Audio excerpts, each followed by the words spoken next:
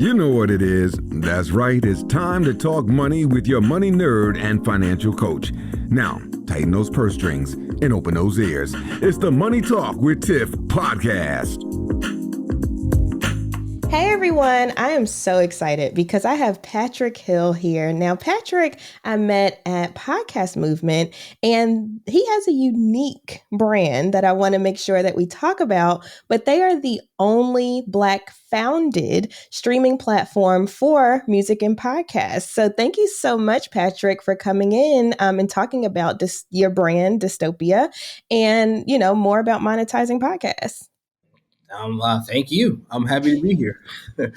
Perfect. So let's jump right in because Patrick is here to talk about some monies, y'all. So just different ways to get monetized as a podcaster that, usually we don't think about. So with that being said, let's just hop right in. What are some ways that us podcasters can get monetized outside of the typical ads that everybody defaults to?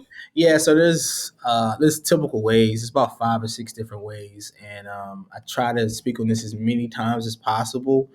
A lot of people who start podcasting don't really understand. They need to understand that podcasting is a block by block mentality. If you live in New York or Chicago, you got to understand that your greatest supporters are literally right there on your block.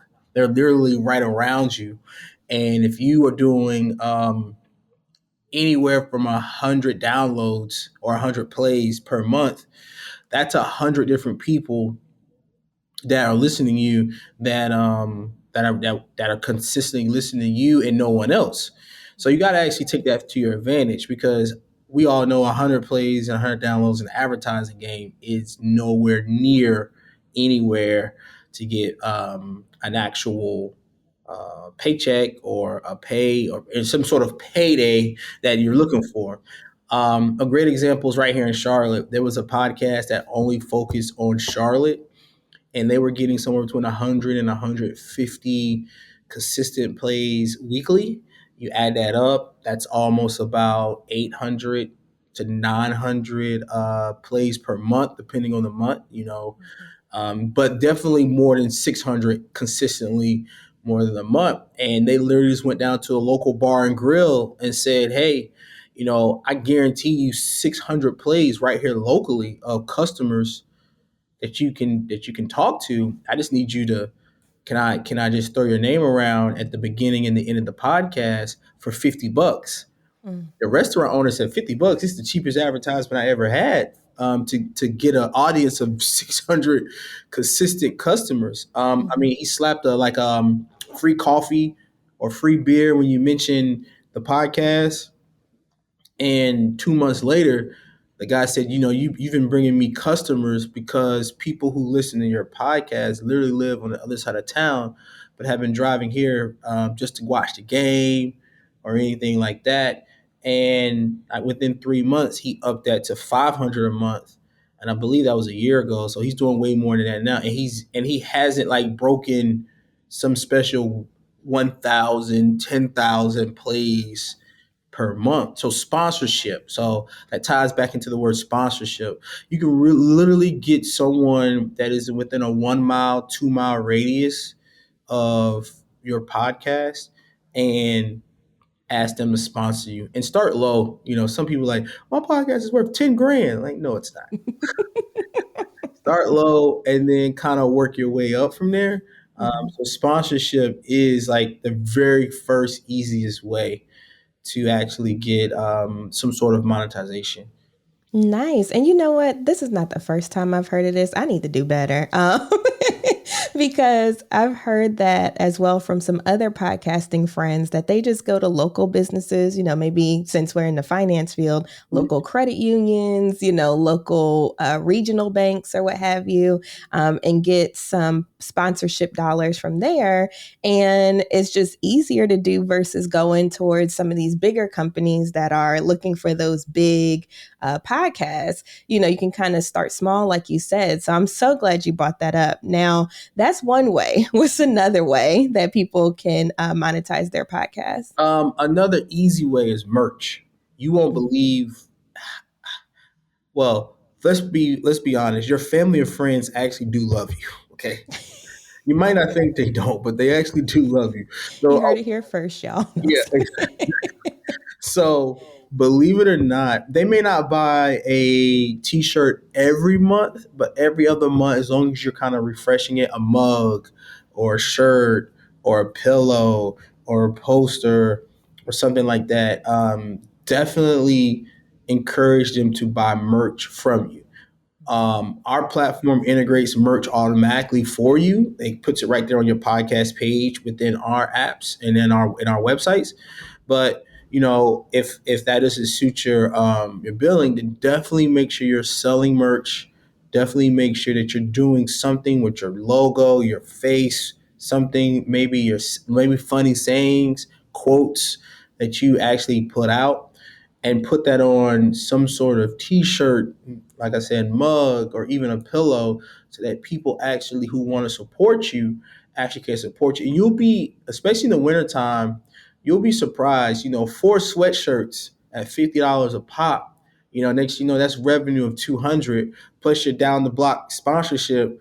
Now you're at, 350, $400 per month in revenue. And that's what keeps you going, because as you know, as I know, consistency is the game in podcasting. A lot of people quit after episode 7, and that's because they haven't seen not a penny from what they're doing. And it's very hard for people to keep going, especially if journalism and communication is not their number one passion. It could be their number 3. So when you get down to number 3 passions, you got to start showing some ROI. Yes, definitely agree with that. And we've talked about that on the podcast, just having a strong why, because that's how you're going to keep going. And I'm not going to say that I haven't made any money, but it has been very minimal. Now, here's a question that I have for you, because I do merch, but I don't even think the people on my podcast know about it. So what are your thoughts on doing just ads for yourself as a podcaster? Yeah, you should have been doing that day one. Like, just even mentioning it, like, especially if it's pre-recorded. Pre-recorded is the king of that, because you can actually listen back to your podcast, figure out something that you said that was catchy, um, and put that on the shirt, and then insert your own ad and say, "Hey, go to my website. Did you like what we just said? You can buy, money doesn't grow on trees." Stuff like that, saying, or get it while you can, or something fun that we said is stay in the game.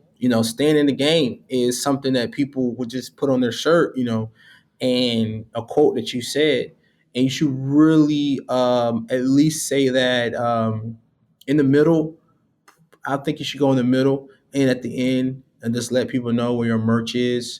Especially this time of year, you have people just buying gifts, um, just like little knickknacks. People have a little extra spending money around the holidays, but I would always mention that one, until you at least get someone to pay you to not mention it and mention their stuff. Someone told me years ago, there's 2 ways to make money. Either get paid to do something or get paid not to do something. Mm. So that's usually what the goal is. People want to get paid enough not to go to their corporate job or some job that they're doing. So yeah. Yeah, well, with that being said, y'all check out my merch on Etsy.com, the Money Talk with Tiff store. I have like a full catalog about like 13 different designs, and hoodies and t-shirts and stuff. So anyway, there goes my ad. Probably right at the same time as mid roll. Like, we just probably hit mid roll right there. That is funny. So let's give the audience one more way that they could potentially monetize their podcast if they're listening.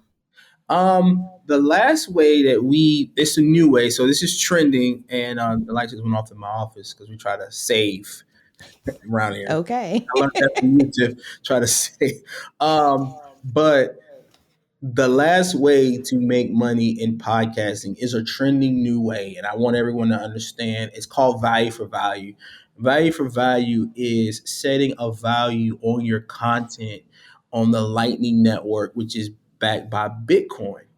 So there are a few hosts, including us. There are a few hosts, including us, that allow you to put your Bitcoin wallet in your RSS feed. And as you being a podcaster, you understand the RSS feed has your name, your title, your episode information, even your email if you want people to contact you. But there's a new way of actually inserting a safe way of inserting your digital wallet directly in that RSS feed.